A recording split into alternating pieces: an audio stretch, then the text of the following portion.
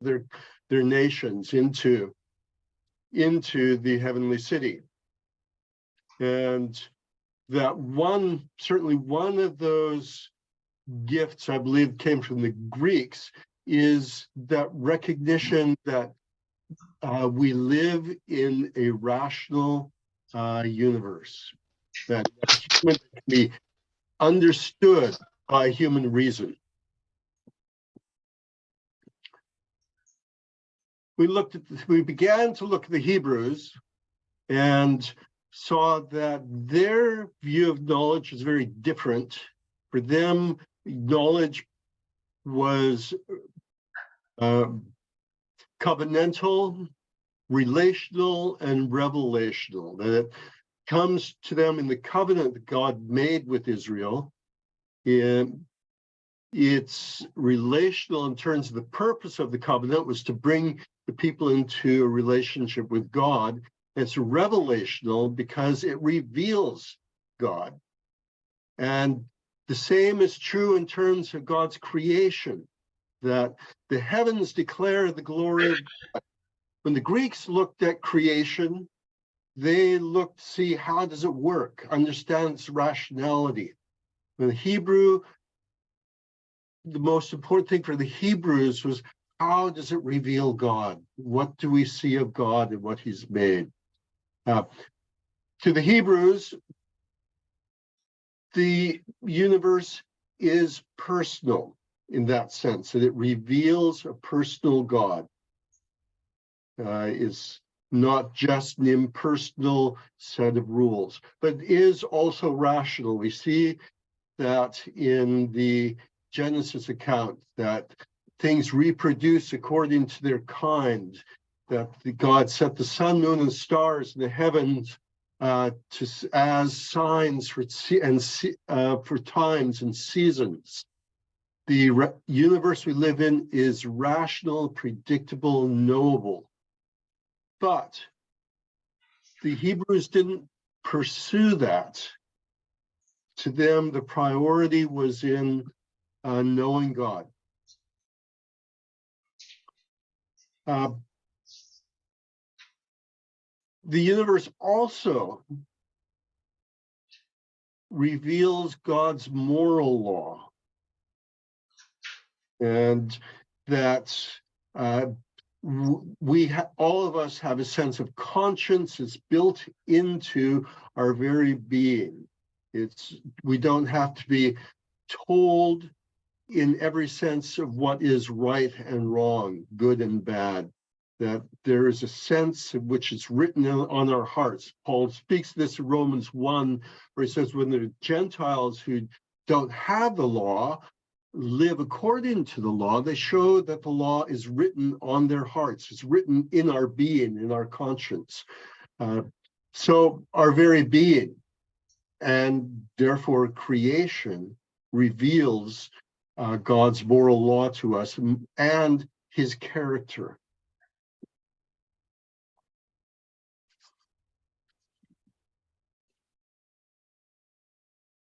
There are numbers of other areas where the Hebrews gave to us. In terms of giving us the Bible and giving us God's revelation, they gave a reliable standard of truth. We didn't have to wonder what God is like in every way. We have a reliable standard of revealing who he is, revealing his character, revealing what that character requires from us in our daily life. So truth that comes to the Hebrews is both objective, propositional, in terms of statements about who God is, what is he like, but it's also personal in that it reveals a God who himself is truth. I sometimes find that we forget as Christians, as we engage with the world, that we engage with the importance of the propositional aspect of who God is and neglect something of the personal character of who he is. And so our interactions with the world can be very aggressive. I referenced yesterday, I referenced how one Christian evangelist bashed me with his Bible. That wasn't the way to communicate the character of God to me.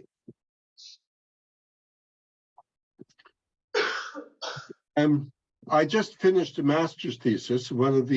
My major focus of my master's thesis was how do we reach this secular world? How do we reach atheists? And that involved interviewing atheists, going to atheist meetings, so one-on-one group gatherings, social media sites. And one of the strong things that came across was how badly many of them have been treated by Christians. And part of it is that we don't always act out of that awareness of truth is personal. So we need to treat people well.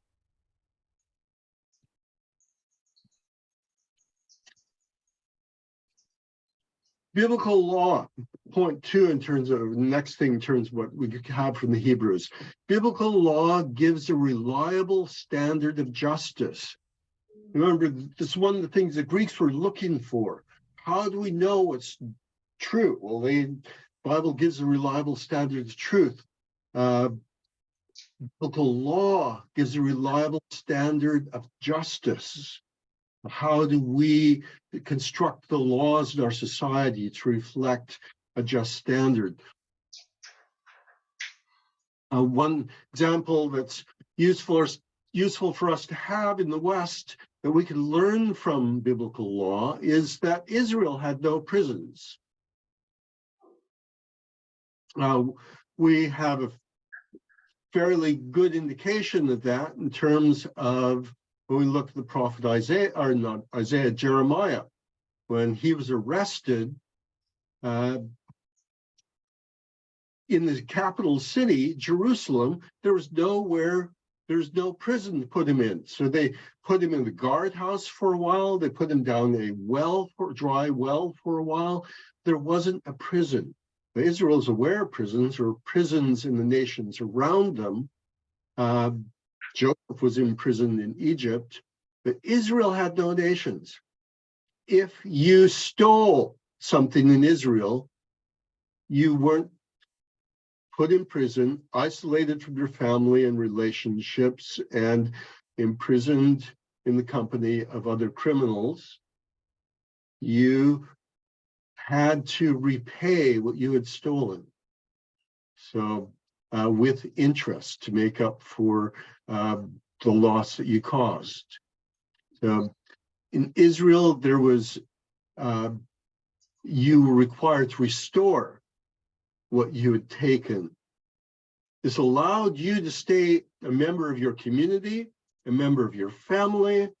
It created the basis for reconciliation with the person you'd stolen from. Your life remained normal. You weren't locked away. There's real wisdom in that. And some people have actually worked towards seeing how we can change some of our laws to make that possible. Charles Colson, an American, you may have heard of him. He was imprisoned for his role in the Watergate American political scandal, came to Christ as a result, and then devoted much of the rest of his life to seeking prison reform, to seek alternatives to incarceration.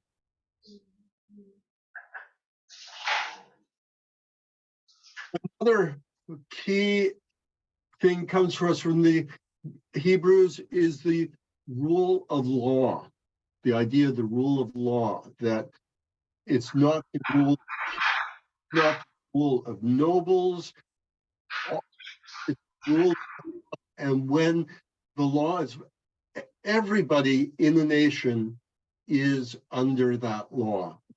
So in Israel, even the kings were under the law. In the nations around Israel, the king was a god.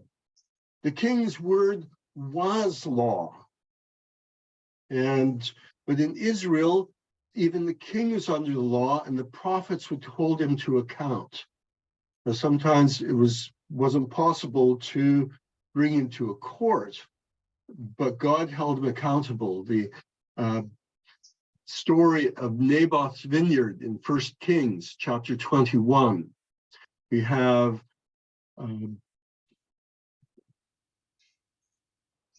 the Israelite king,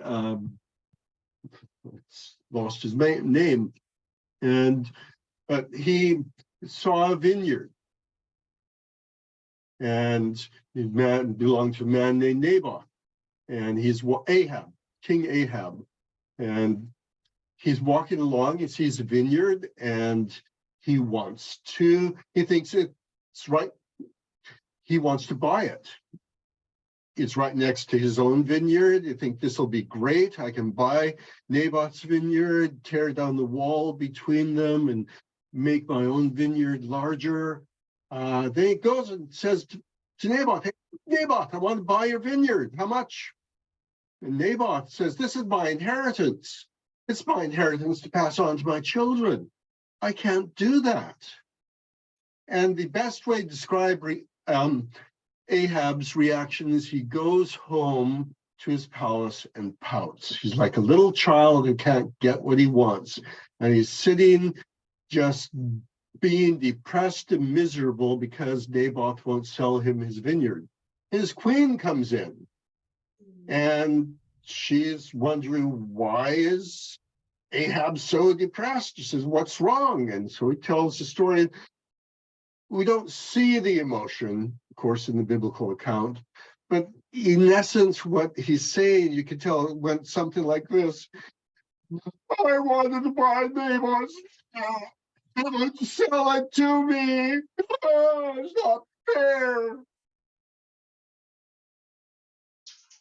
Jezebel, his queen,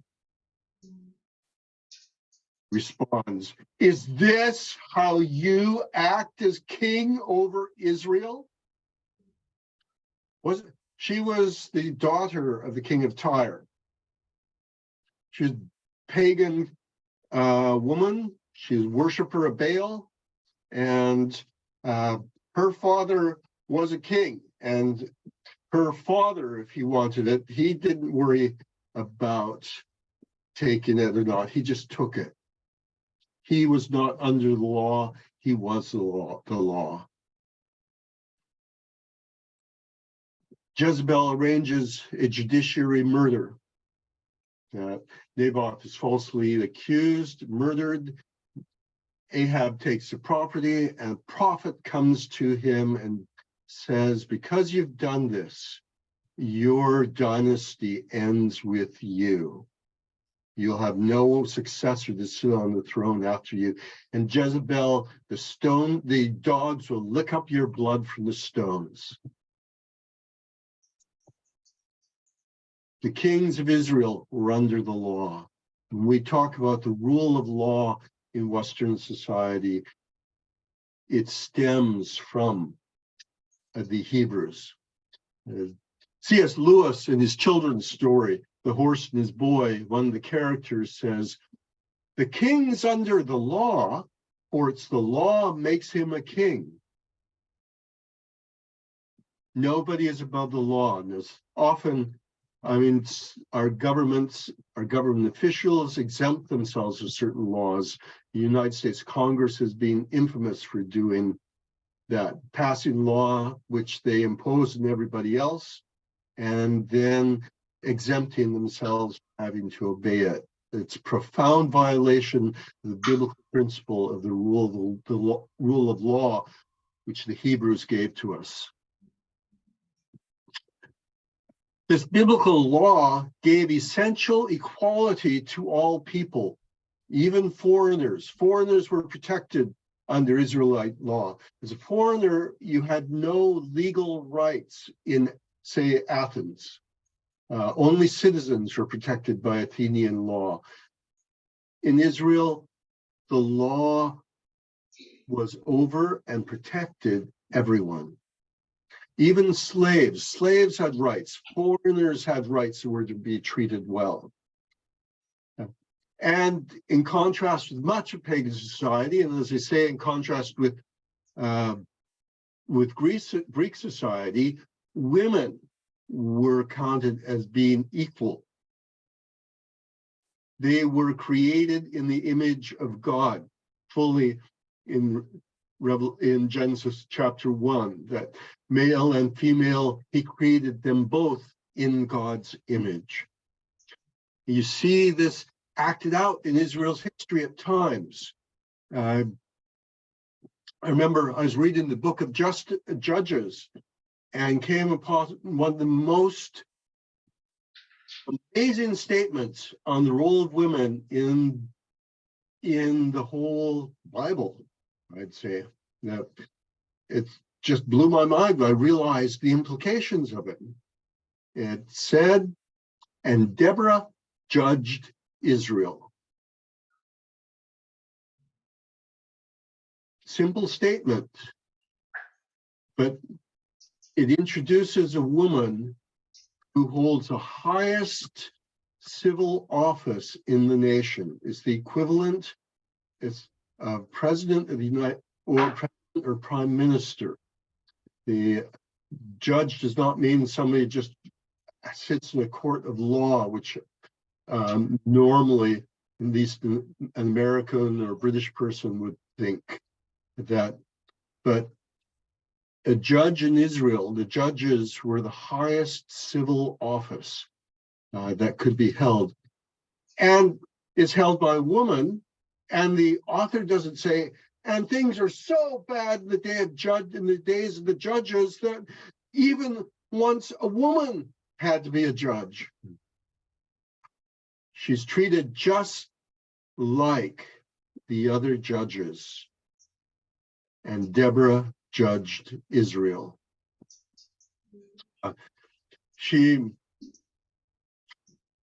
They could inherit property. Numbers that's Judges chapters 4 and 5, just so you have the reference. Women could inherit property. Numbers chapter 27, 1 through 11. And Proverbs 31 is often being quoted by people who, by Christians who have not egalitarian, who have a complementarian view of the roles of women and men, that women's roles are different and they're subordinate to that of women, or subordinate to that of men. And they show Proverbs 31 that this indicates a woman should be a homemaker, should stay at home. And I wonder where they get that as they read Proverbs 31. Because I read it and describes the ideal woman. She's walking along, she sees a field, and she buys it.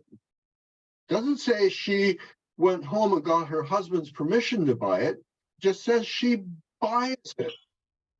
And she has money at her disposal.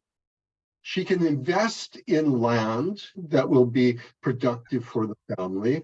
She's making things for the market. This is a businesswoman. She's carrying out small business. In fact, in Proverbs 31, the indications are that she very likely is the main income generator for the family. And we see that because what does it say about her husband? Her husband sits in the gates with the elders. That doesn't mean that he would go to the gate and sit and have a good time talking with the guys. The gates were where the elders the gates were where justice was done, where court cases were brought, and they were decided by the village elders or the town elders, who would bring so they are accusing somebody of theft. They've come to the elders at the gates. So her husband is a village or town elder, but most villages and towns couldn't afford a paid position. So it was largely an unpaid position. So his wife was earning the income for the family. And in terms of being a judge, we know from the example of Deborah that a woman could hold the office of a civil office in Israel. Again, in terms of, I'll just mention him. I talked about Thomas Cahill. I read the introduction to his series, The Hinges of History, yesterday.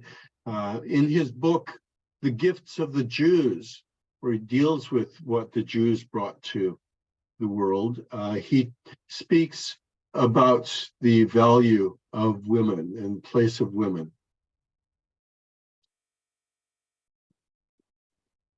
Next point, in terms of the Hebrews brought to us, all of creation is good. That it's being created under God's rule. There's no sacred, secular divide, no dichotomy. All of creation is good. Every profession can be a calling of God as if you do it to the glory of God. So it's a very different view of creation. You don't have the form and matter division. All of creation is made by God and is good, reflecting his character.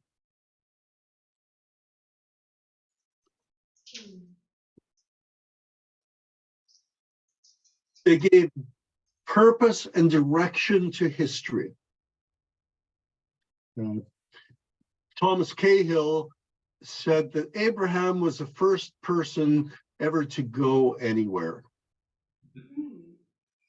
It didn't mean that people didn't travel before him, but it meant that he, in a world which was dominated by a cyclical worldview, a cyclical view of history, so that what is today has been before and will be again. The history is just going in large cycles that repeats. It's not going anywhere. It has no meaning. And God said to Abraham, go from your family, from your country to a land that I'll show you, and I'll make your name great. And the one who blesses you, I will bless, or those who bless you, I will bless, and the one who curses you, I will curse. And in you shall all the families of the earth be blessed. Abraham's journey was taking him to a land, was also taking him to a promise and to a future which extended to the blessing of all of the human race, to all of humanity, that he would be a source of blessing. So the history now has a destination. History now has meaning and purpose, the kingdom of God. So Abraham changed, brought a new worldview into the world. And lastly, the Hebrews had this revelation of the infinite personal God. And it was the infinite personal God that was what the Hebrews had and the Greeks lacked.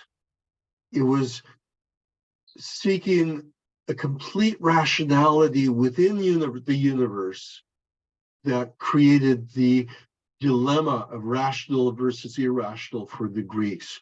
When an infinite rational God outside the universe creates the universe, that resolves the issue of rational versus irrational. The Hebrews were given this wonderful revelation of the one true God. They didn't have the insight of the Greeks that this creation is rational and makes sense, or at least they didn't articulate it. It's implicit, as I say, in the revelation that God gives in Genesis 1, but they didn't articulate it, they didn't emphasize it at all. The Greeks recognized that creation makes sense, it can be observed, understood, and predicted by human reason.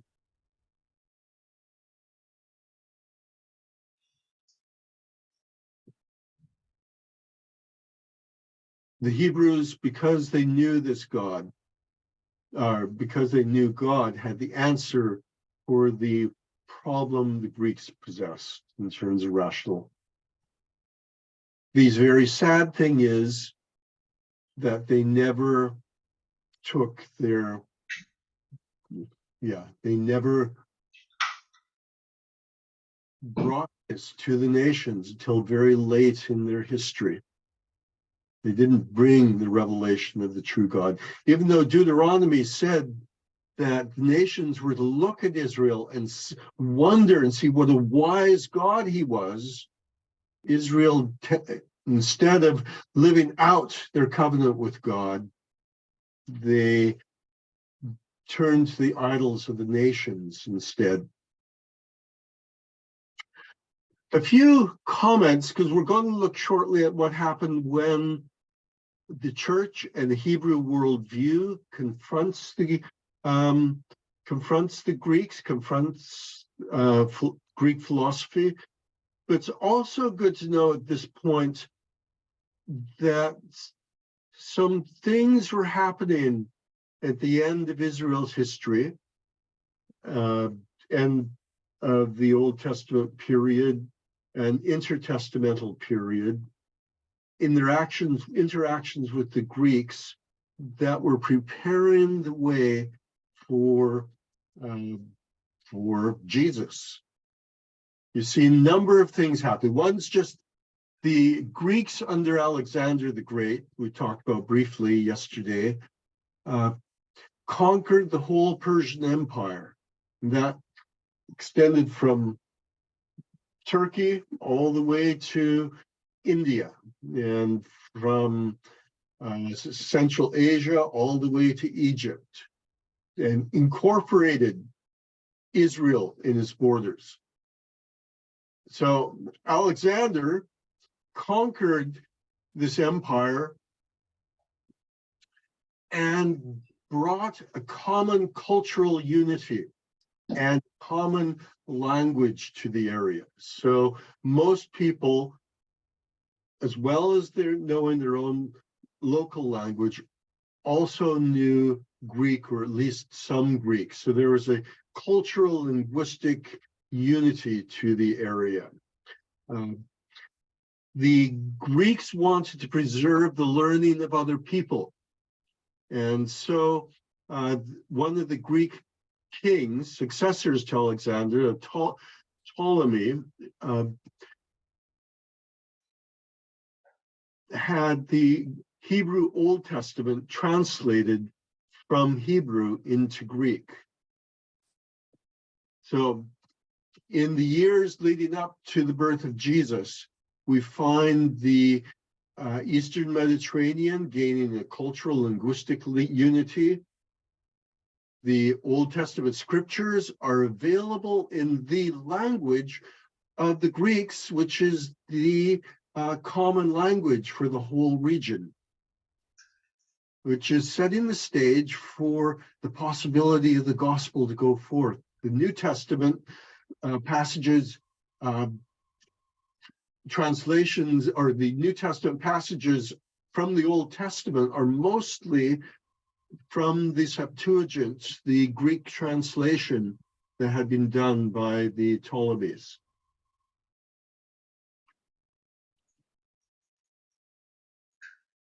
At the same time, another power is rising in the Western Mediterranean, Rome. And Rome, in the last period of time, last century, a couple of centuries before the birth of Jesus. It conquers most of the Mediterranean world, extending even up to France and Belgium and part of the Netherlands and parts of Germany, and so uniting them into a political unity that extends also to the whole Eastern Mediterranean region. We'll look more at Rome in a little bit, but you see at this stage that three elements are coming together to for the gospel to go forward. As I say, also, I said yesterday that Western culture is largely based on Greek rationalism, Roman law, and Judeo-Christian ethical monotheism, belief in one God who's a good, loving, just God.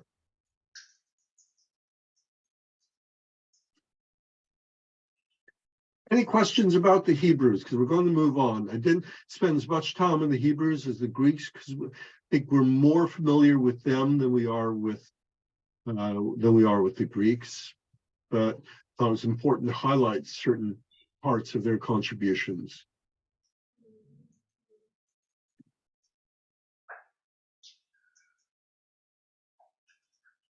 It's a bit more of a observation slash maybe question, but I found it interesting, that of course the Hebrews were so against intermarrying and bringing other gods in, and yet we're the only nation in the area that had rights for foreigners, and so it kind of encourages foreigners to pass through safely, and yet of course there was all these rules against intermarrying and worshiping other gods. It's an interesting kind of, I don't know, parallel for me, and that's interesting that you said that.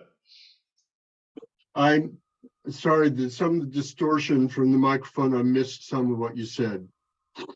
I said I just found it interesting that that you'd mentioned, of course, that foreigners had rights in Israel, and yet Israel had many laws against intermarrying and other gods and everything. So I thought that was interesting, just as an observation in terms of what God was doing through that. It is interesting in terms of the foreigners were allowed to settle in Israel, to live in Israel. As you say, there are laws against intermarrying with them, unless they became Israelites. It was always possible under Mosaic law for Gentiles to become Israelites and to be adopted into the Israelite family. And that would be the hope in terms of Gentiles who would live in Israel, that they would see, as Moses wrote in Deuteronomy chapter 4, that they would see the benefits and the wisdom of their law, but also they would see and experience the blessing of living in the nation where God dwelt. One of the things that Deuteronomy says, that they have a God who's so close to them. The glory of God dwelt in the temple in Jerusalem, the living presence of God, at least up until the destruction of Solomon's temple. And in principle, it was always the place that was viewed as being his dwelling place on earth. Though after the destruction of Solomon's temple by the Babylonians, there's no indication that glory of God ever returned to the temple. Thank you. Interesting.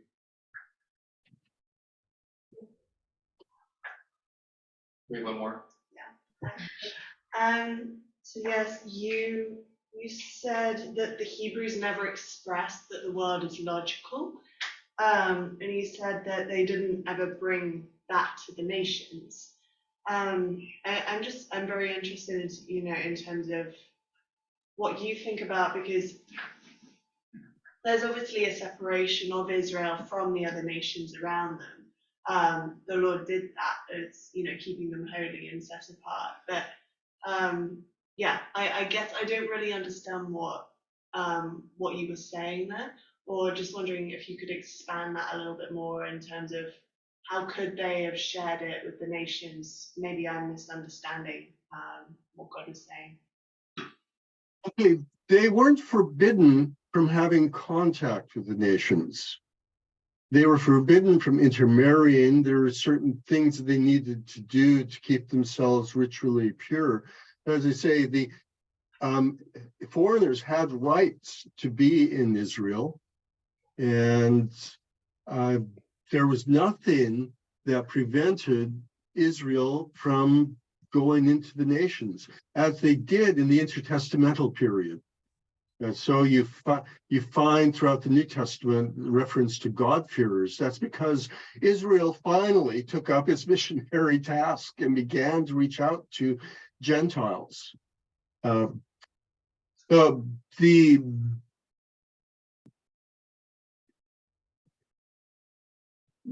some degree, they didn't fully engage with them. And you see that's what Paul begins to do. That's a breakthrough. Paul came through the Acts 15 in the council in terms of what do you do when a predominantly Jewish church, or church is being Jewish, all of a sudden has this massive influx of foreigners into it. So the church had to figure out what to do. Yeah. So biblical law, Moses' law, was an amazingly flexible code. It worked for Israel when it was a wandering tribe in the desert. It worked for them during the period of the judges. They were a loose tribal confederacy. It worked under centralized monarchy. And it worked when they were in exile in Babylon. So you could take the principles, the truth that's revealed in Mosaic law, and apply it within virtually any circumstance. The tragedy of Israel was that they had this revelation of the one true God. And God made it clear that his purpose was they were to model it in such a way that the nations would be attracted to him. Instead, the Israelites became attracted to the gods of the nations.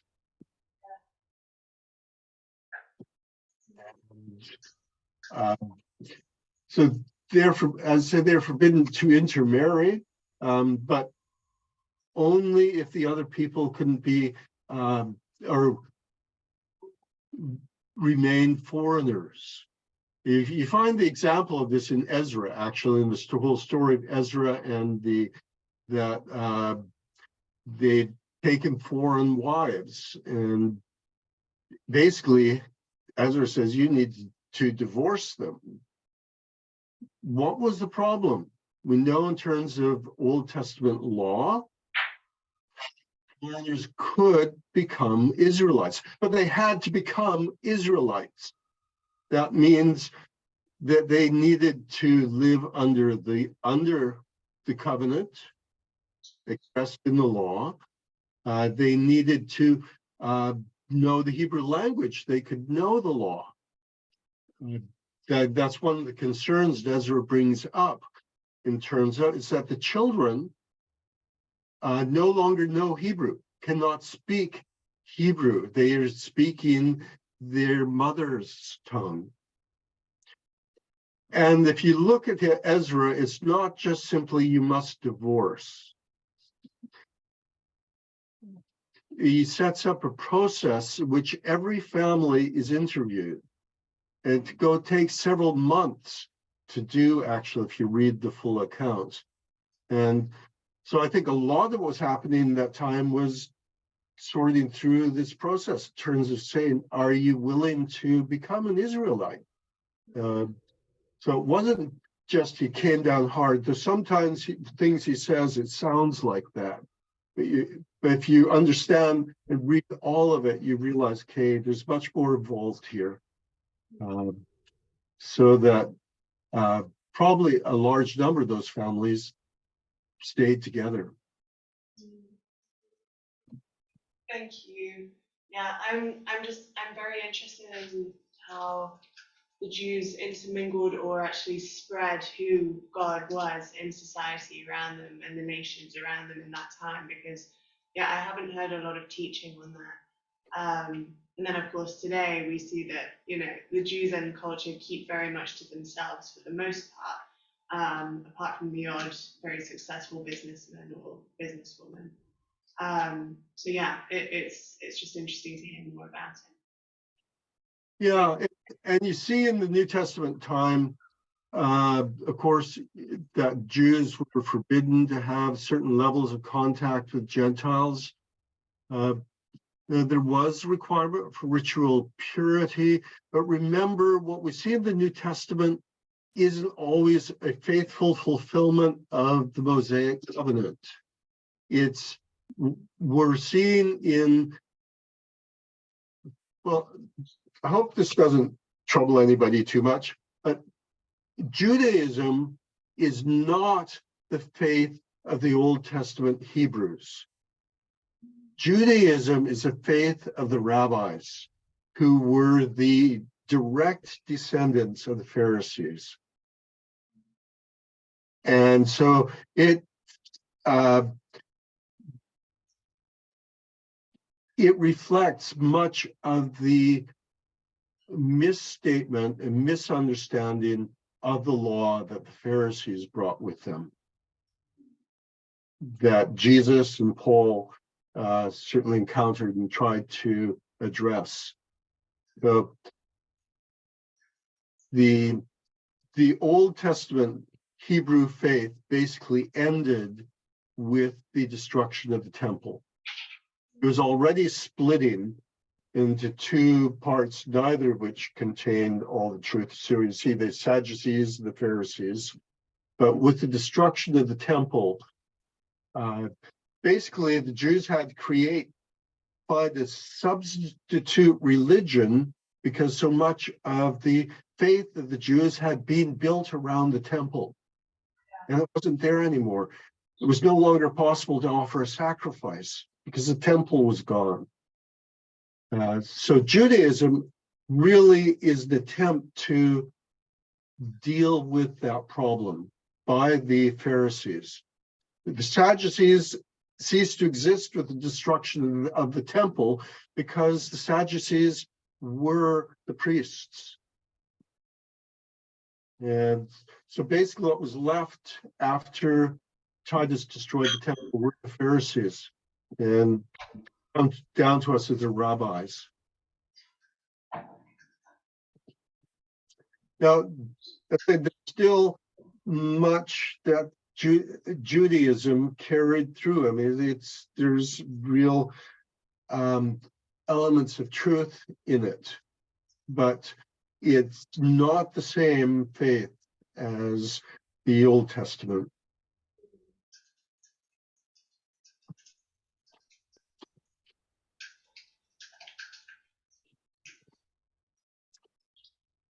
So let's look at what happens when the Hebrew worldview, represented by the Apostle Paul, encounters the Greek worldview at the intellectual center of the Greek philosophy and thought in Athens, in Act 17. I think this really historic moment. The Greek insight about the nature of creation connects with the revelation of the God who resolves the problems they've been facing. We'll see actually that Paul addresses this in his message. And we find Paul has gone to Athens on his own. He's arrived there, and he does what he what he needs to do in a town where there's no church, he has no team with him, no support. He works as a tent maker, probably better translated a leather worker. That he goes to the Athenian Agora, the marketplace, sets up a booth there, and starts to earn some income and to engage in conversation with people. So he's sitting there, somebody brings him a belt to mend and says, "Oh, you're a Jew here in Athens. What are you doing here?" And it says, "Well, I'm here traveling. I'm sharing about a man named Jesus, and that you need to know about. And Jesus died, and he rose again from the dead." And it begins to attract some attention. And we find that, remember, we talked about the Epicureans and the Stoics. The Epicureans followed in the tradition of the sophists, saying that there is no justice, no truth, no meaning, no purpose. The purpose of life is simply personal pleasure. And the Stoics follow in the Greek tradition of Socrates, Plato, and Aristotle, believing there's that virtue, believing that ethics, goodness, justice, truth are real things that really exist. And they're involved in the discussion with Paul, and some of them don't think very much of him. He says, they say, "What does babbler wish to say?" I can imagine probably some of the Epicureans. Then others said he seems to be a preacher of foreign divinities. As I say, the Greek here is almost identical to the accusation that's brought against Socrates at his trial, that he was teaching foreign divinities. Now, the reason for that, in terms of Socrates' case, is that I didn't go into this, but he would go into times of meditation and communion with his daemon. That's where we get our word demon, but in Socrates' time, that wasn't his representation. It didn't mean an evil spirit. It just meant that he was in communion with some kind of spirit. And that was felt that he was introducing something new and strange. So Paul is similarly producing something new and strange. And the indication, especially given what he will say later, is that Paul is looking to link what he's doing with Socrates, with the ethical tradition in Greek philosophy.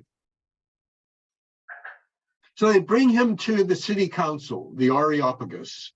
That's two things in Athens. One, it's the city council, but it's also the name of a large rocky platform just outside of the Acropolis, or just next to the Acropolis. And the council would often meet on the rock, so it got the name of being the Areopagus.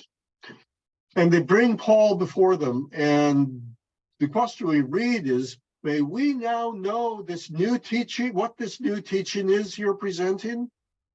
Sounds harmless, but as I say, given the history of Socrates, it had potential, there was potential negative, potential danger there. Now, setting the stage. So Paul is accused of teaching foreign gods.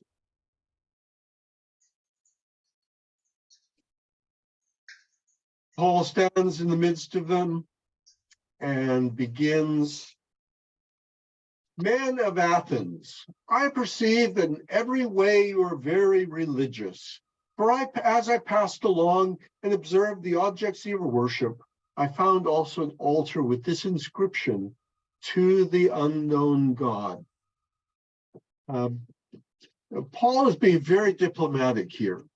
If you read the first part of the chapter where he's talking about his arrival in Athens, he sees all the idols and says his spirit was vexed. He was angry at all the idolatry he saw. And Athens was full of idols.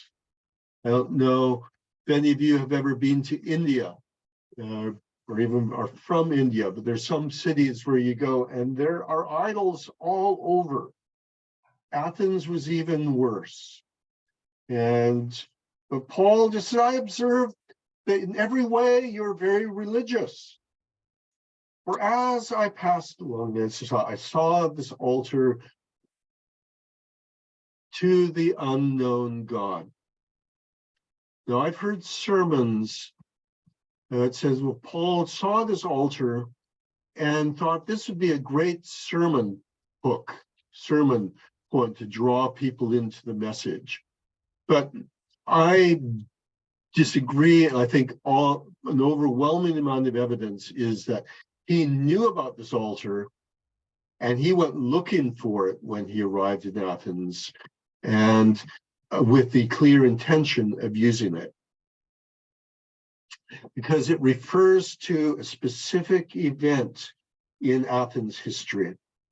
Have any of you read Don Richardson's book, Eternity in Their Hearts?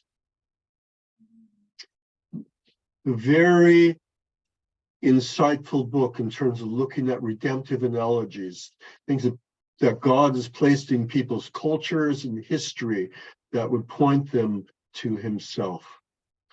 And what had happened several centuries earlier was that there was a plague in Athens and hundreds of people were dying. And the people were afraid that they'd offended one of their malicious gods. And so they sacrificed to all the idols in the city, trying to see what have we done wrong? And nothing worked. The plague went on. And one of the leaders in the city said, well, there's a wise man who lives on Crete named Epimenides. And maybe he would be willing to give us some advice. So Athens sent a ship to Crete to pick up Epimenides. Epimenides is known as one of the 7 wise men of Greece. So he's a well-known figure. He was a real historical figure, but there's also mythical elements in his story that, like one of the things in his story is that he lived for hundreds of years. But he was willing to come back to Athens with the thing, and remember, he was taking a risk. He was going to a city where hundreds of people were dying of the plague, but he was willing to go with them, help them solve their problem. And when he arrived, he stood before the leaders of the city and said, you've offended an unknown God. This is what you need to do to stop the plague. You need to release a flock of sheep into a field, and wherever any sheep lies down, offer it to the unknown God. And so they built just crude altars with loose rocks at that point. And everywhere a sheep laid down, they would sacrifice it. Several sheep laid down, several were sacrificed, and the plague stopped. The leaders of the city, in order to commemorate this event, then built several altars where the altars had been in the field and inscribed them. formally to an unknown God. They would remember what had happened. So Paul is saying is that you're accusing me of teaching strange deities. But he says, I'm not teaching a strange deity. I'm teaching about a God, the only God who had mercy on you when you were all dying from the plague. He acted in your history. He moved to deliver you in answer to your prayer. He is not a stranger to you at all. Now, how do I know? Why can I be so sure that Paul is referring explicitly to this event? Because he quotes Epimenides. When he says later in the message, for in him we live and move and have our being, he is quoting Epimenides. But Paul seems to have liked Epimenides because he quotes him in one of his other, or he quotes him in his epistle to Titus, where he says, all Cretans are liars, drunkards, and filthy beasts. That's Epimenides he's quoting. In fact, that's actually a logical, it's being used as a logical conundrum, a logical problem in terms of Epimenides is a Cretan, and all Cretans are liars. So if Epimenides is a liar, Epimenides, who's a Cretan, says all Cretans are liars, then is he telling the truth or is he lying?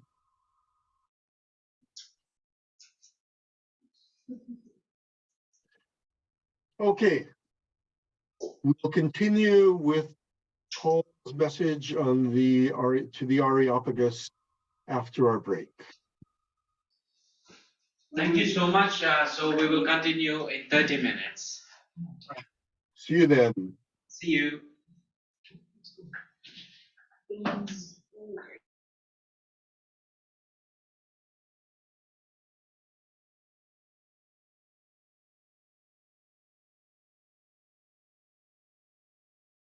Can you hear me? Oh, yeah, now we can hear you. Sorry. Let's continue. I hand over this time to you. Okay, good. I mean, I don't really get through the whole thing, but start. Let's consider what we see happening here with Paul in Athens. He has done his preparation well. He knows Athens' history and culture. Of course, he speaks the language because it's common through the whole area. He acknowledges that God has been working in their history and culture in the past. The God that he's preaching isn't just the God of the Jews. The God he's preaching is the God of all the earth. And so God's been working in their history. He gives their history and their culture. He gives them value as a people. So Paul is building his audience. The message he brings is for all peoples. So verses 24 and 25, the God who made the world and everything in it, being Lord of heaven and earth, does not live in temples made by man, nor is he served by human hands as though he needed anything, since he himself gives to all mankind life and breath and everything. The answer to the Greek dilemma that had been hinted at, had been pointed towards by Socrates, Plato, and Aristotle, that if universe is to make sense, if we are to have a rational universe where we have real truth, justice, beauty, then there must be something beyond the universe.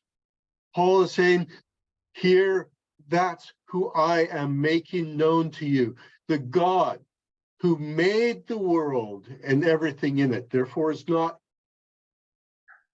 confused with the world. It's not part of the world. He has made it. He's beyond it. He doesn't live in temples made by man. He doesn't need things from us because in this world, because he himself is greater than it. He's the creator. He made everything in the whole universe. And he's a personal God. It's not the impersonal forms of Plato and Socrates. He's not the impersonal, unmoved mover of Aristotle. He is a personal God, but he's a personal God who was before the beginning of the world and created the world. And then he created humanity, verses 26 and 27, and the nations of the earth. Desiring, verse 27, that they would seek God and perhaps feel their way toward him and find him. I wonder if, as he says in saying this, that they would feel their way toward him and find him. He isn't suggesting, isn't thinking of people like Socrates and Plato, Aristotle. They're feeling their way. They couldn't get there by themselves. Revelation is required, but they were pointing the way, they're indicating the way. And then he moves on to that quote from Epimenides, "For in him we live and move and have our being." And then he goes on to quote Zeno of Citium, the founder of the Stoics. "For we are indeed his offspring." Now, what's interesting about this quote is that it comes from a poem written by Zeno, a hymn to Zeus. So Paul is taking from a poem written in worship to Zeus, the Greek king of the gods, and basically applying it to the God of Israel. It should be noted that at this point already the Stoics were suggesting a personal God. They were moving beyond the view of the old Greek gods that had prevailed in, towards a more ethical view of God. Paul is quoting this. What's the name of the Stoic poet? Zeno is actually the founder of these Stoics. Zeno of Citium. How do you spell that? Citium. Thank you. And then he goes on to talk about what it means to be created in God's image. Being there, then God's offspring, we ought not to think that the divine being is like gold or silver or stone, an image formed by the arts and the imagination of man. We are like God. Idols are not. So Paul is addressing two things. He's addressing the philosophical tension in Greek philosophy, but he's also clearly confronting the idolatry that continued in Greece.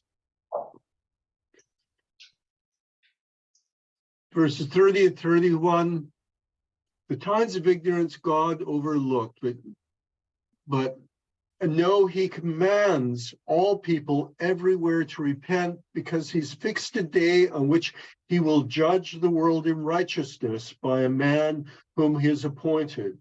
We see Paul speaking from the perspective of the Hebrew worldview that is moving, it has direction and meaning and purpose. history is moving towards a day of judgment where God will judge the world in righteousness.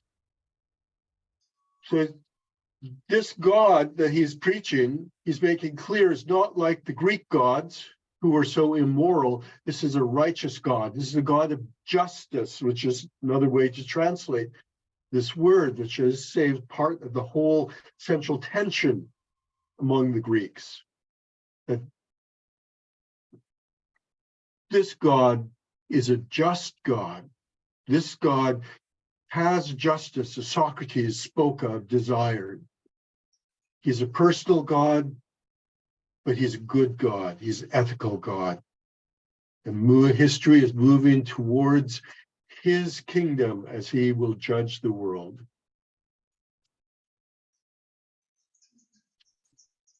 In Paul's message, the Hebrew worldview of the infinite personal God and the Greek insight that the universe makes sense meet for the first time.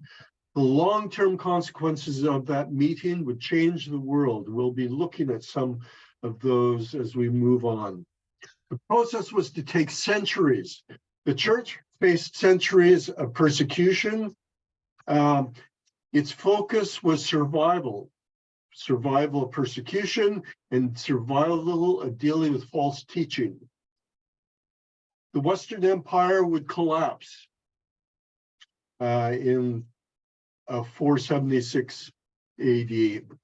And the invasion of the Germanic tribes would mean the loss of so much of the learning of the Greeks that inhibited the opportunity of what the implications of the Greek and Hebrew insights meant for each other would not have the opportunity to develop. But we'll see that when those two insights combine with the gifts of some other nations, it launches a scientific revolution in the Middle Ages when Aristotle is rediscovered in Western Europe. And gifts come to us from the Arab peoples, some of them via the Arab peoples from India, that prepared the way for the scientific revolution that continues to change our world. Aristotle, rediscovering Aristotle in the Middle Ages was especially significant because I'd say he was also a scientist. He was also someone concerned with the world, not just abstract ideas, and encouraged the study of this world. But we still have some centuries to go, and we're going to look at Rome and what contributions Rome brings, and also ask a question which may be particularly significant in our day when we potentially in the West face persecution again, and for our brothers and sisters in much of the majority world where there is very active persecution. We'll look at the relationship between Rome and the early church, and how did a group of people from the lowest dregs of society, from majority of slaves, majority of women, how did such a group overcome an efficient, cruel, and brutal empire?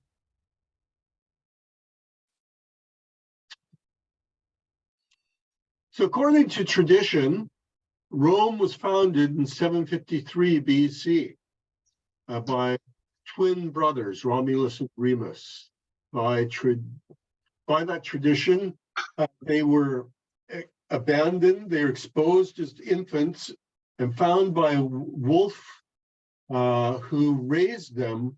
So if you travel in Italy, you often see a statue of a wolf and two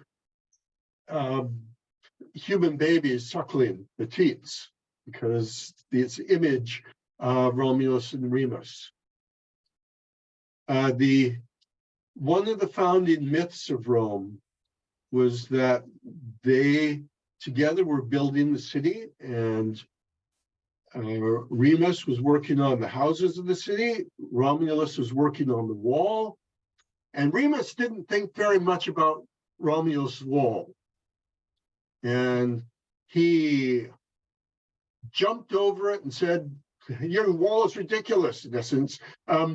This is what our will do with this wall. They'll just jump right over it. And Romulus said, "And this is what will happen to them when they do." He drew his sword and ran his brother through. One of the founding myths of Rome is the myth of fratricide. Founding myths can have a powerful impact on a nation and its view of itself. I'm both Canadian and American. I grew up in Canada, spent a fair amount of time in the United States. One of the founding myths of the United States is that anyone can become an American. I live in the Netherlands. I've lived in the Netherlands for 43 years. I could easily gain Dutch nationality, but no one would ever consider me to be a Nederlander. It's not just a question of passport. It's a question of a whole history and generations of belonging. But in the United States, one of our best founding myths, and at their best times we've lived up to it, is that anybody can become an American. And that's shaped much of American identity. We don't always live up to it, but at the very best we have. Rome's founding myth of fratricide, brother killing brother, would be a continual theme in Roman history, of civil wars that would happen between different men of power in the city that would devastate the city at different times. It developed as a city-state, much along the lines of the Greek city-states. There were common throughout Italy. There were Greek colonies in Italy. Rome managed to survive in a violent world by building a disciplined and well-armed army that was reinforced by engineers. One of the keys to Roman military success was the engineers who were part of the army, that they were the means of destroying strongholds, destroying fortified cities. They were the ones who built the roads. They traveled with the army, and as the army marched, it built a road so it was possible to bring up reinforcements quickly. And the Roman roads were very well built. They're paved, and some of them still exist today. Some small stretches of them are still in use today. I mean, they're so well built. But they were built for the purpose of being able to bring up reinforcements to the army quickly.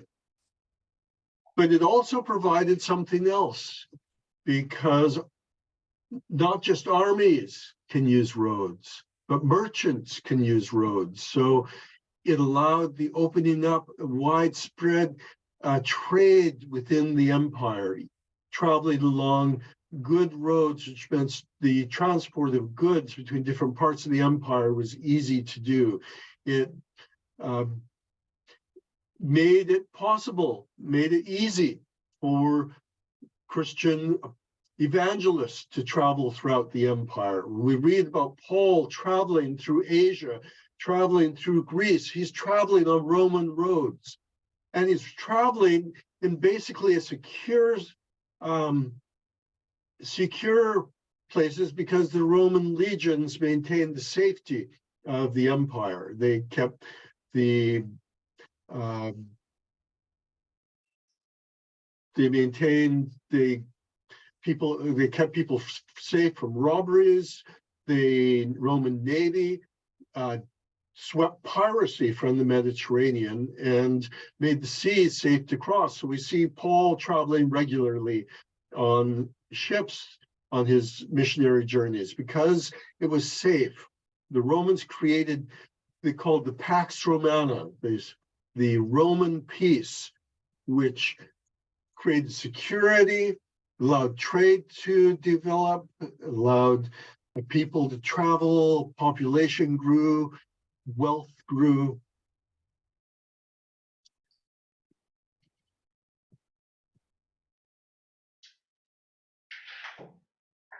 Some of the other things Rome did is unique among the ancient empires was its practice of gradually extending citizenship to conquered peoples. So after a period of time, they'd be granted a certain level of citizenship, and ultimately a people, a nation, city could be granted full Roman citizenship. So they could elect people to represent them in the Roman Senate.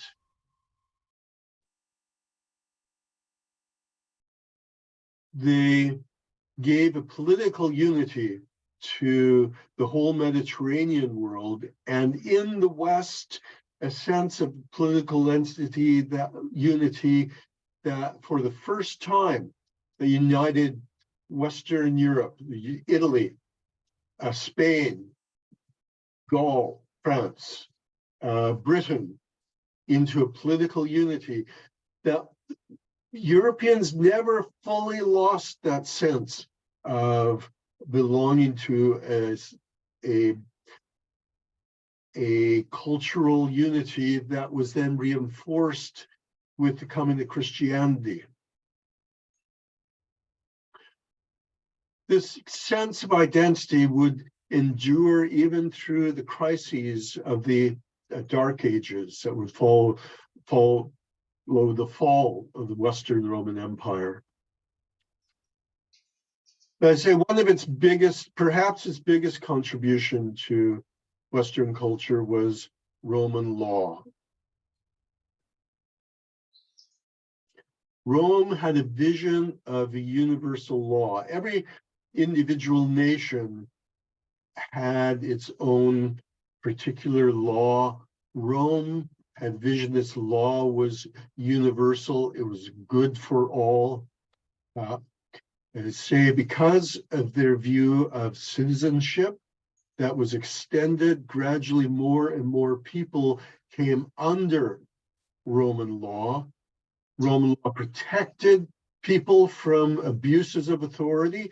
You see, again, the Apostle Paul appealing to Roman law on a number of occasions, saying, you can't flog me, you can't beat me without being charged, without being found guilty of an offense, because I'm a Roman citizen. I have rights under Roman law. I was born a Roman citizen. The Romans actually used their view of the justice of their law as a reason, you might say pretext to some degree, for their conquests. So we have a just law that's good for all the peoples of the earth who will, so therefore all the peoples of the earth should submit to Roman rule.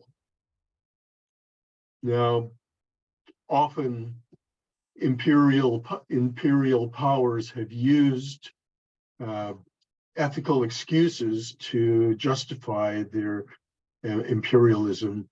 And so I think that's largely the case with Rome, that its claim is for the blessing of the people that they're conquering wasn't necessarily true, because they would plunder and they would enslave many people when they conquered.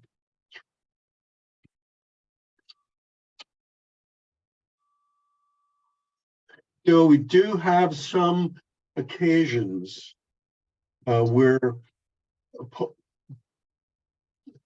Rome would march out to conquer a city, and the opposing army would be there on the other side of the battlefield. And before the fighting would start, the Romans would say, if you surrender to Roman rule, we will grant you Roman citizenship. And that the armies actually surrendered, and the cities surrendered and submitted to Roman rule. I find Rome's vision of law and Rome's idea of its law is very, in a sense, certainly ironic. The Hebrews had the revealed law of the true and living God, but they had no vision to bring it to the other peoples, as Deuteronomy had encouraged them to do. The Romans, who had in a somewhat just law, but not the fullness of the law, believed that their law was good for all nations and wanted to bring it to every nation.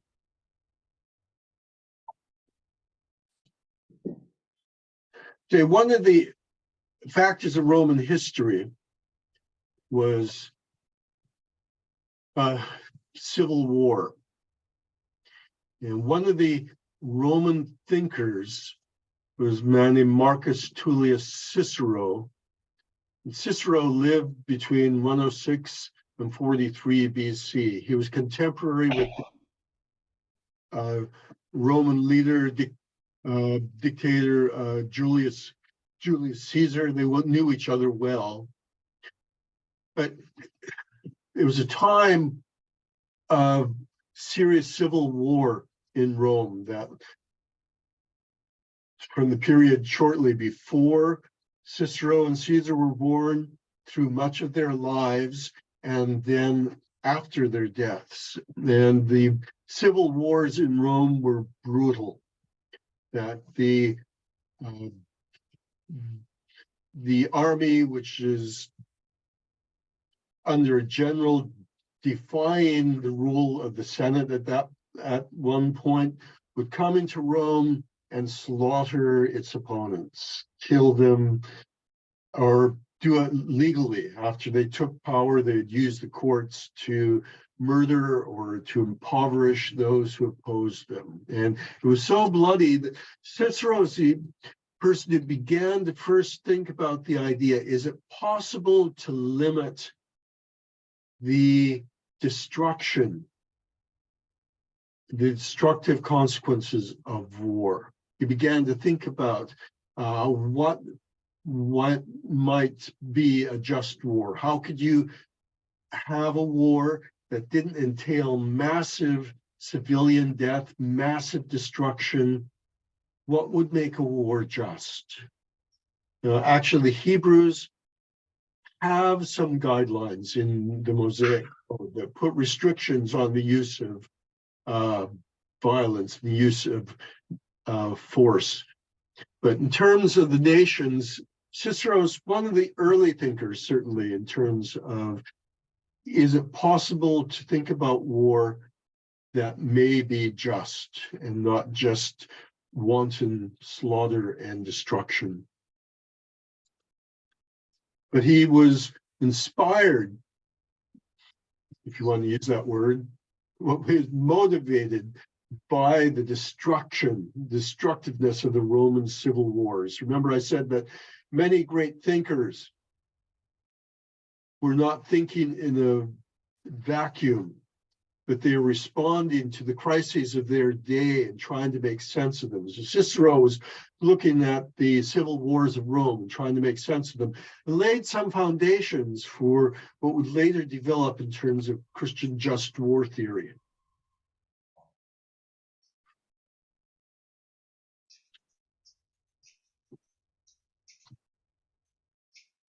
As I said, first citizenship was limited to the people of the city of Rome itself.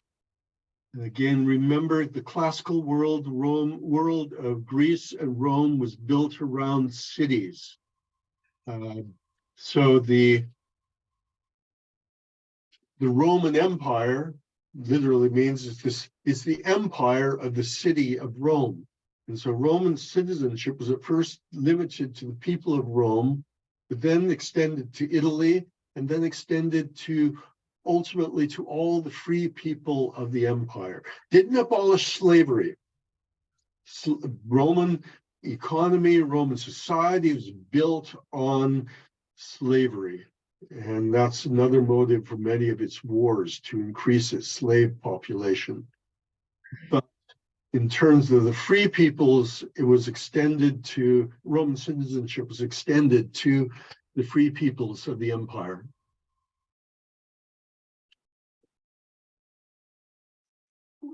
Rome introduced the idea of a martial culture to the world. That means a culture that's built around an army. Remember, we talked about that in Greece, the army was a citizen's militia, that every citizen was required to train, to be able to bear arms, and in time of war would be called up to fight.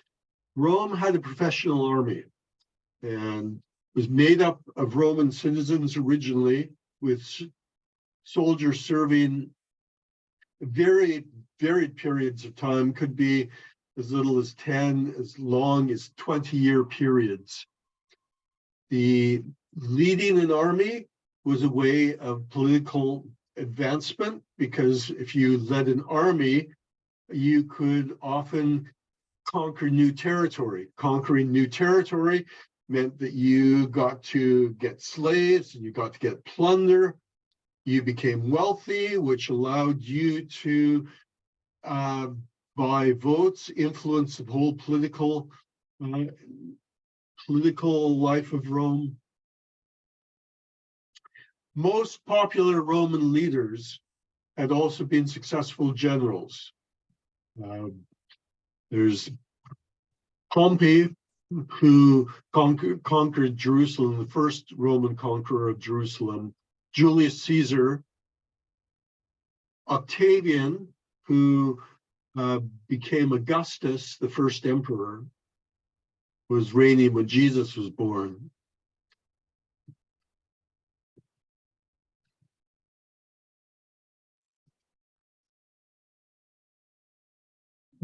These generals gained their popularity by means of plunder, as I say. They would take it and they would bribe people, they would distribute it to people as well, just giving gifts to make themselves popular. They also aided the transition from what had been a peasant farming-based economy, where most Romans were smallhold farmers, to generals and people of wealth acquiring larger and larger land that was farmed by slavery. Foundation of the Roman army was this peasant farming population. So over time, Rome was undermining its own military strength. It's worth noting, in terms of, again, the view of women in Roman society. Generally felt that the Romans had a better view of women. The women had a more freedom in Rome than they did in Greece. However, an idea of how women were viewed and how women were treated is just in the names of women from any Roman family. The first names, the familiar name of a woman was the feminine form of the family name. So Julius Caesar had a daughter. The actually the family name of his family name is Julius. And so when he had a daughter, her name was Julia. The thing is, if he had had another daughter, she would have been Julia too. And the third daughter would have been Julia as well. The only names women had were the feminine form of the family name. Very different from men.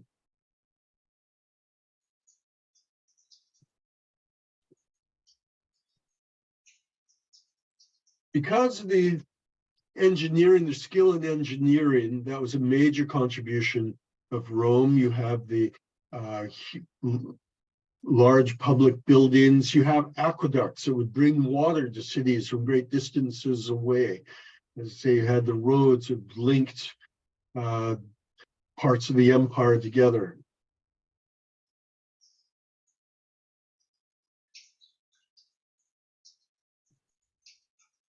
But what about Rome and the church?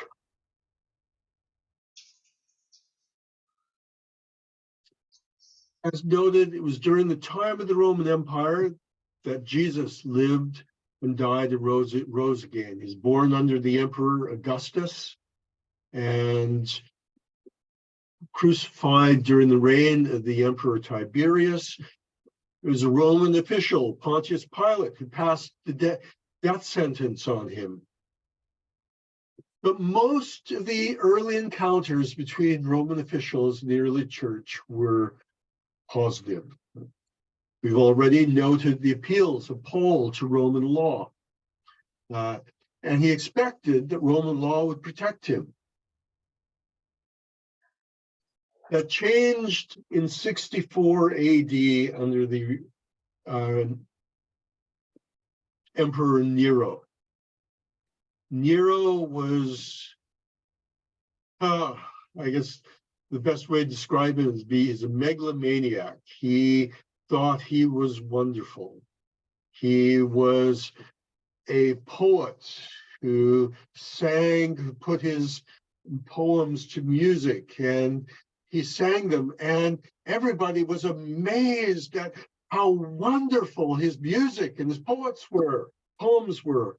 He took part in the Olympic Games, and he won every event he was in, to the amazement of all. He thought Rome was not grand enough for such a wonderful person as he was. He wanted, he felt it was largely a city of brick at this point, and he felt that someone as great as he was deserved a city of marble. But the problem is, of course, Rome was already there. They couldn't just destroy it and start all over again. So, but everybody knew what he desired to do. And in 64 AD, a great fire broke out in Rome, destroyed about a third of the city. And everybody thought that Nero was behind it. It's fair to say that we have no actual evidence that he was. There's no evidence linking him to any arson to destroy the city. He wasn't even in the city when the fire took place, so of course he could have arranged it if he'd been behind it. There's no evidence of that. But because the suspicion was so high that he was behind it, he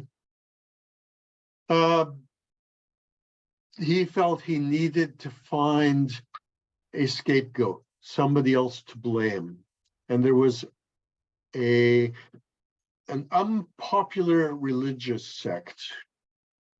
And there are all sorts of rumors about this religious sect. There were rumors that they practice cannibalism. They would meet and eat somebody's body and drink his blood. They would have orgies, love feasts. And These were the rumors about the early church. Nero saw them as a scapegoat, so he put the blame on the early church. Now, Roman historians, contemporary Roman historians, say that there's no indication the Christians were behind it. It's just the brutality of a cruel man wanting to deflect blame from himself onto somebody else. These Roman historians had no affection for, no sympathy for Christianity. They make it clear it's a superstitious sect as far as they were concerned, but they did not deserve the horrendous persecution, the horrendous executions.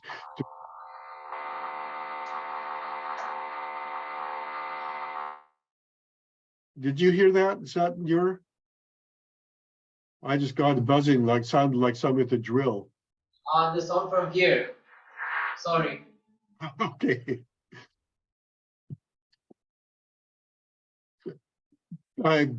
He would tie them up in the arena to stakes, smear them with tar and pitch, and set them alight as torches at night to light the field.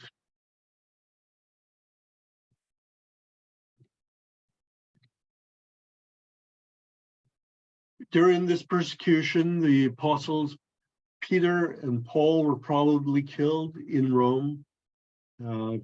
Paul was, as a Roman citizen, was probably executed by having his head cut off with a sword. That was a standard execution for Roman citizens. Peter would have been probably crucified. Tradition has it that he was crucified upside down because he, by tradition, said, "I'm not worthy to die in the same manner as my Lord." And the Romans said, "Well, okay, we can make adjustments." And they crucified him upside down. Tradition, we don't know what happened, but probably he was crucified because that was a common method of execution for non-citizens. Probably Paul was beheaded because that was a standard method of execution for Roman citizens. With the death of Nero, that persecution passed. Later persecutions arose from a cause that can seem strange to us. Historically, Roman emperors are often divided into groups between good and bad emperors. The good emperors usually tried to administer justice in the empire. They had reasonable taxes. The bad emperors basically lived for their own ego, lived for their own pleasure, their perversion. Their rules were marked by poor governance in every way because they didn't care. But one of the ends pursued by the good emperors was the unity of the empire. They believed in the unity of the empire. They believed in the mission of Rome to civilize the world. And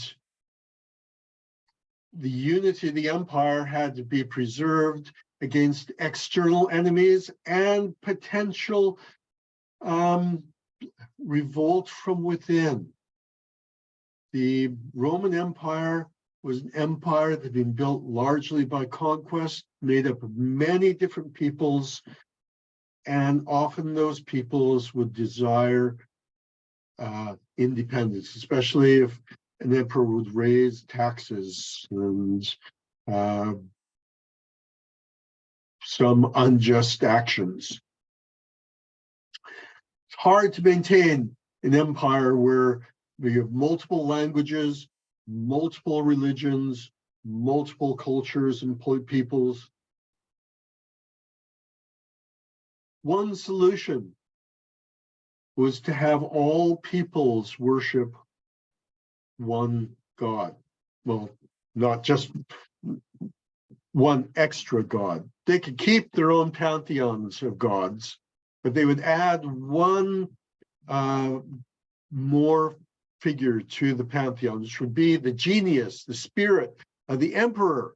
And if everybody is worshiping the emperor who ruled the empire, well, that would knit the empire together. So once a year, everybody was required to go to the temple of the emperor, of the genius of the emperor, put a pinch of incense on the altar, and declare Caesar is Lord. But there's this one group who just would not do it. They would not declare Caesar as Lord. And put to the test, their declaration was Jesus Christ is Lord. The Romans could not understand it. I mean, everybody had many gods, or most people have many gods. What was one more to add to them? The Jews had been given a special exemption as a people, but the Christians were made up of people from every different nation. Many of them were slaves. Many of them were women, not people of power and position.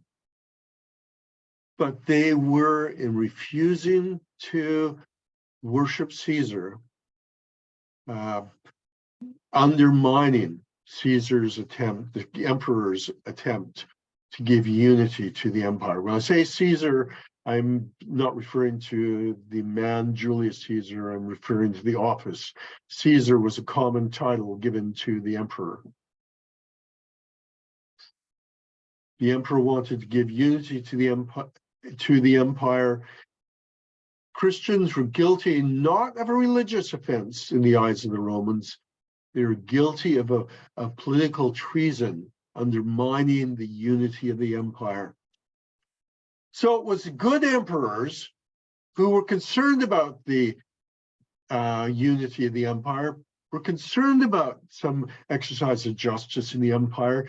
They were the ones who mostly persecuted the church, at least after Nero. Some of them, such as Marcus Aurelius, were openly admired by Christian writers of the first centuries. One of the first great Christian apologists, Tertullian, wrote probably his greatest work as a letter to Marcus Aurelius. Marcus Aurelius was known as a Stoic philosopher. He read the Stoics. He looked to Socrates, Plato, and Aristotle. He believed in virtue and the need for character and goodness in people. But he ruthlessly persecuted the church because they were undermining his efforts to maintain the peace of the empire.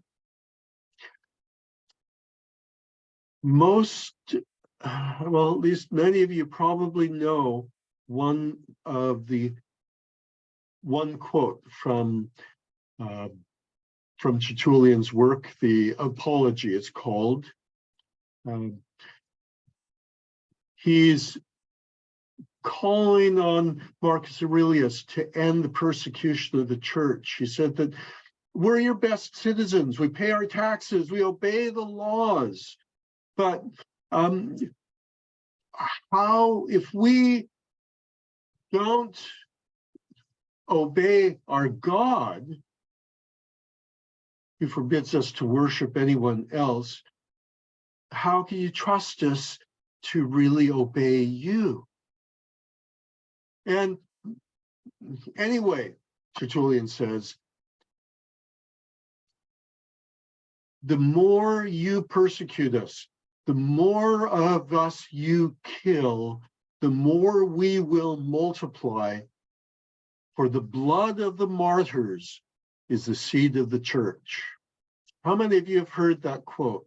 The blood of the martyrs is the seed of the church. Tertullian wrote that in the 2nd century AD. So in spite of Rome's attempts, the church grew. There were numbers of things which attracted the Romans, which appealed to them, which they saw among the Christians. And I think we in our day can take some lessons for this in terms of who we need to be and what we may need to face.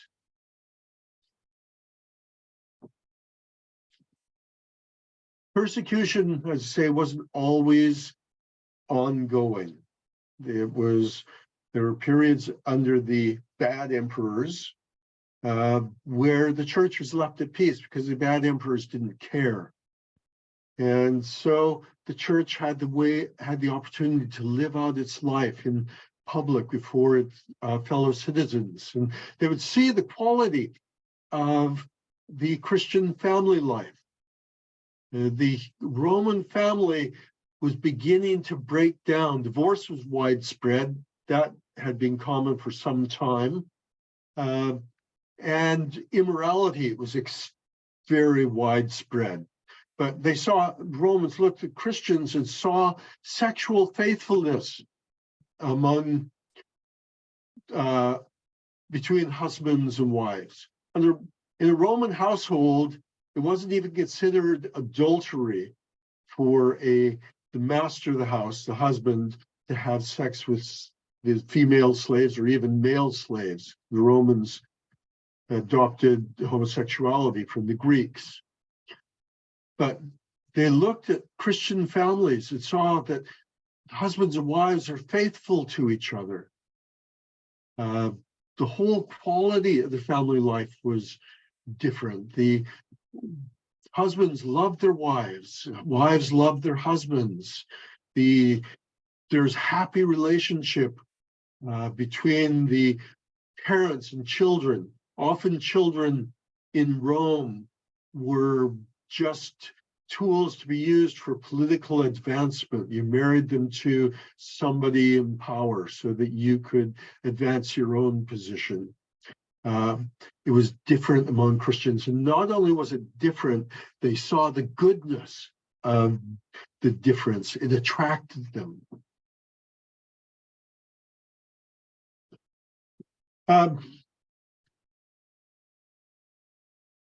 What about the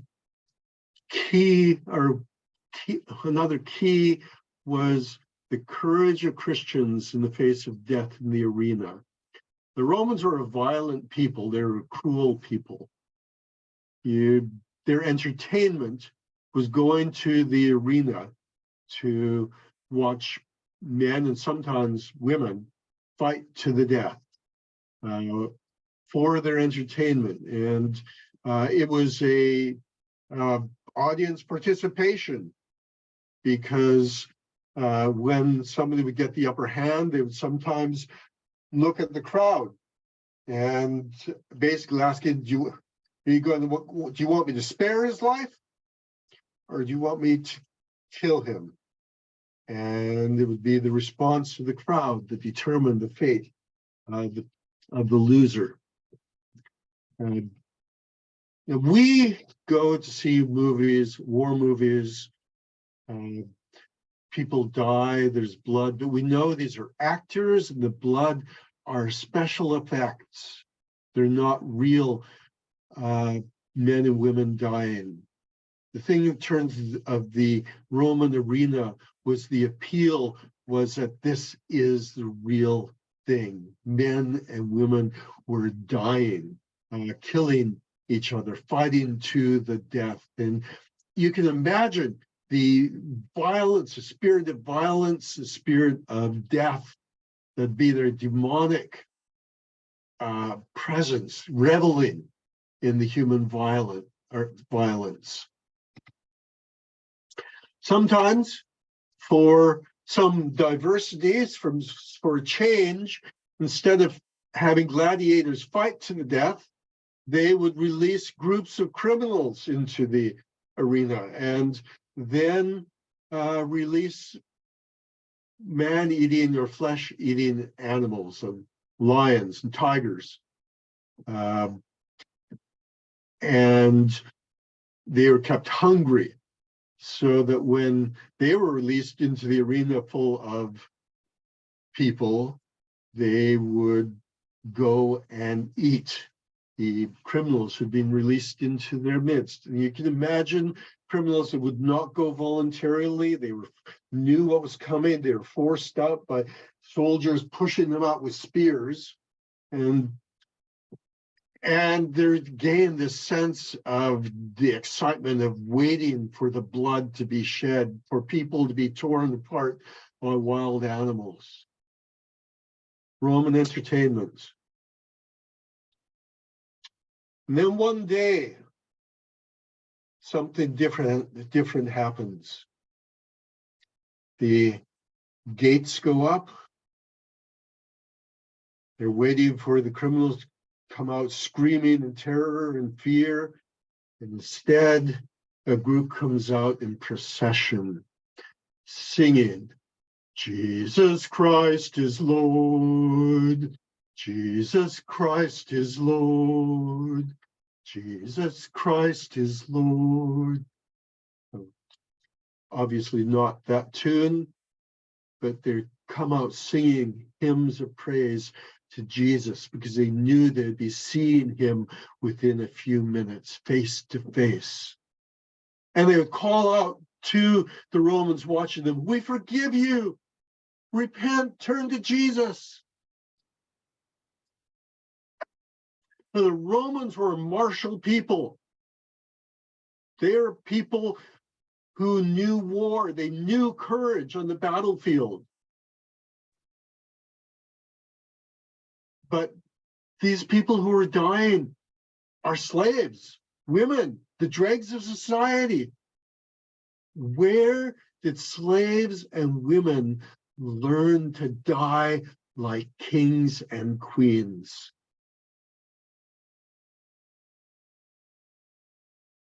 It began to take the pleasure out of the arena. And then a series of plagues began to strike the empire. It began during the reign of Marcus Aurelius. And over a period of some decades, something like 10% of the population of the Roman Empire died in its densely populated cities, where sickness was transmitted very easily between people. And when a plague would break out in the city, the Romans would panic. And those who could, who had a villa outside the city or had property outside the city or had relatives, would leave the city and go out to visit their relatives. And if any of their family were sick, they'd get left behind in the city to die of the plague. But one group didn't leave the city. Christians. The Christians would go into the houses where people had been abandoned by their sick people had been abandoned by their family members. And they would go in and they would nurse them, putting their own lives at risk, nursing people sick from a deadly plague. And sometimes they did die. Sometimes they did catch a disease. And remember, some of the people that they're ministering to, some of the people that they're nursing, the people who went to the arena and had cheered on the wild beasts tearing apart their brothers and sisters. When for these early Christians, loving your enemies was not a nice sentiment, wasn't a nice feeling, it wasn't just words, it was they put their lives on the line to go in and nurse back to health those who had been their enemy. And of course, many of those came to Christ. You can imagine their families coming back into the city after the plague has passed and said, finding them alive and saying, "You're alive? What happened?" And well, let me tell you about the people who came to nurse me. The Christians. And I'm a Christian now too. Let me tell you about Jesus. That he loves you in spite of what you may have done. There's love for their neighbors, love for their enemies. Began to change the heart of the Roman Empire.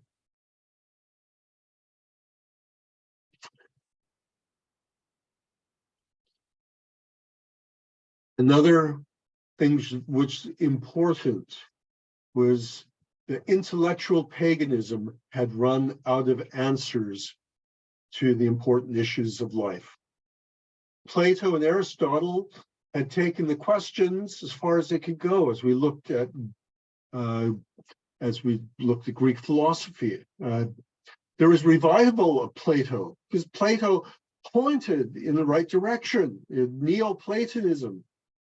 But as we saw, Plato didn't have the answer. He was pointed in the direction.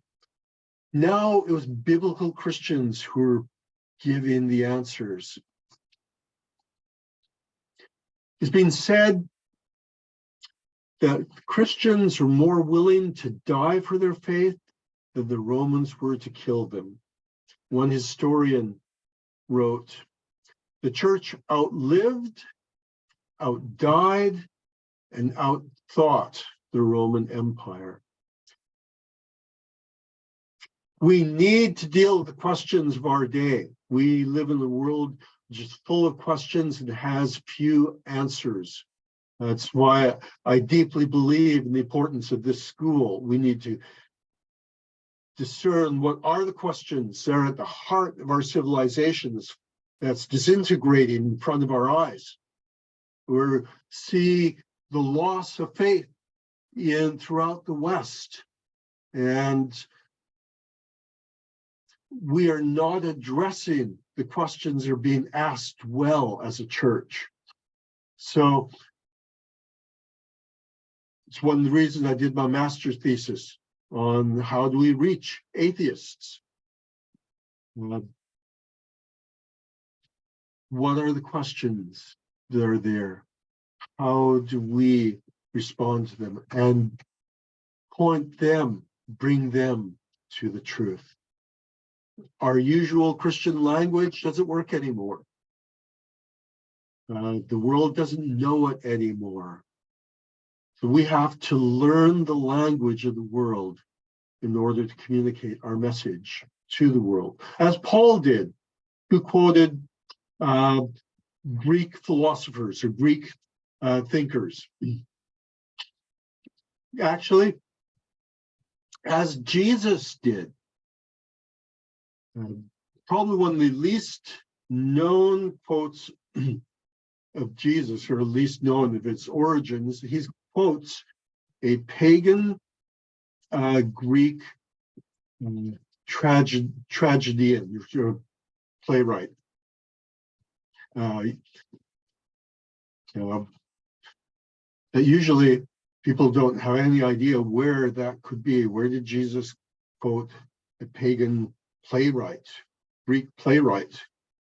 And it's not in the Gospels, it's the book of Acts. And the book of Acts contains 3 accounts of Paul's conversion. In the first account is the story itself of his conversion. And Jesus appears to Saul, "Saul, why are you persecuting me?" The second time, he is addressing a Jewish crowd, and Jesus says, "Saul, Saul, why are you persecuting me?" The third time, again, Paul is speaking, but this time he's speaking to a mixed Jewish pagan audience, Roman governor and a Jewish king. And Paul adds one little phrase, and that's, "Saul, Saul, why are you persecuting me?" it's hard for you to kick against the pricks or against the goads. That is a quote from Aeschylus, Prometheus Bound.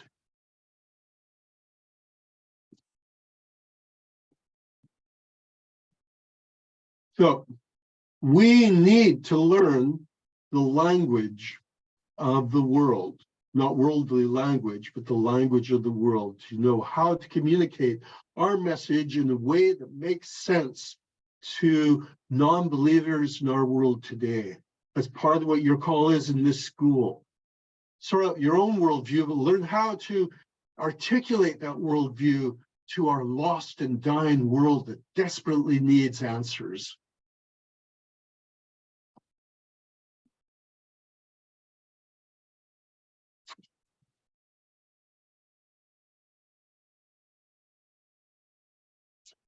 In 313,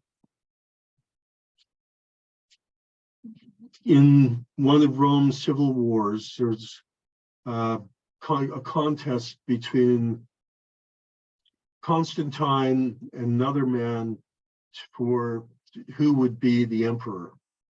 And Constantine, who was a pagan, claims to have had a vision the night before the decisive battle. And in the vision, he saw an angel with a symbol of a cross, an X-shaped cross. There are several different crosses the Romans used for crucifixion. And the angel said, "In this sign, conquer." Constantine believed, as at least says, that he believed the Christian God had appeared to him or given this message to him, that he was to paint a cross on the shields of his soldiers, and the next day he would be victorious. And indeed he was. Constantine the Great became Roman emperor in 313 AD. In the Italian city of Milan, he issued the Edict of Milan, which was an edict to allow the legal exercise of Christianity, legal toleration of Christianity. Christians have sometimes mistakenly said that Constantine made Christianity the official religion of the Roman Empire. That was sometime later, under a later emperor. All that Constantine legally did was to make it legal. So Christians could practice their faith, they could build churches without having fear of persecution. One of the things that Constantine did was change some of the laws to reflect a more biblical perspective on things. It was common in Roman society for slaves to be branded on the face. And that way, people would know immediately looking at someone that they were a slave, because there was a brand on their face. And unless they had papers showing that they had been set free, they would then be arrested and could be crucified. Constantine said, "We are created in the image of God, and to brand on the face damages the image of God, so we made that illegal." Now, he was also a ruthless ruler. Opposition to him could be deadly. So he's a mixed figure at best, but there's some other things that, it's not clear what kind of legislacy that he has. I think his reputation among many Christians is worse than the reality of the man. One of the reasons a political reason he probably legalized Christianity was he saw that it was a growing religion, it was dynamic, and it would suit his ambitions to have Christians on his side. So he hoped to unify the empire again by making Christianity legal. But what he didn't anticipate was that there was a growing division in the church. Once the church became legal, some things that had been simmering underneath the surface began to come up.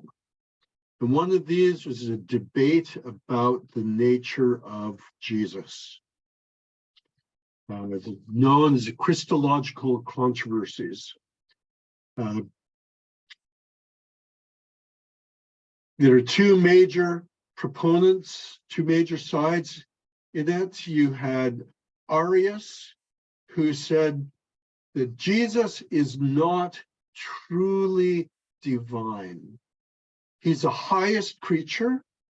He is close to God, but he himself is not truly God. He is a creature. He was created by the Father.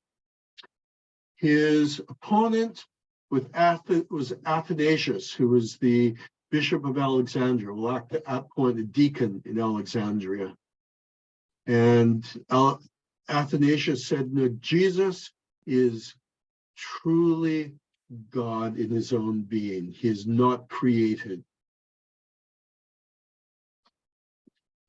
So at the Council of Nicaea, Constantine called it to try and regain unity in the church, to bring these two sides together. And the Council of Nicaea was a very, shall we say, it was a very lively discussion. There was at least one fist fight.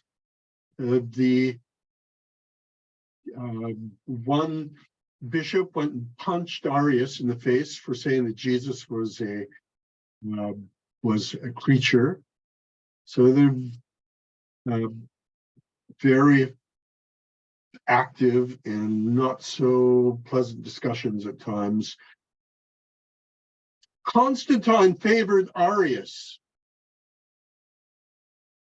because if Arius was right and Jesus was a creature and therefore subordinate to the Father, that indicated even the Trinity needed to have a supreme head. And if the Trinity needs a supreme head in the Father, that means certainly human society needs a supreme head, like an emperor. So that's substantiated his own position as emperor if Arius was correct. However, the decision of the council was that Jesus is truly God. He is uncreated. As the Nicene Creed puts it, Jesus is God coming from God. He is light coming from light. He's true man and true God.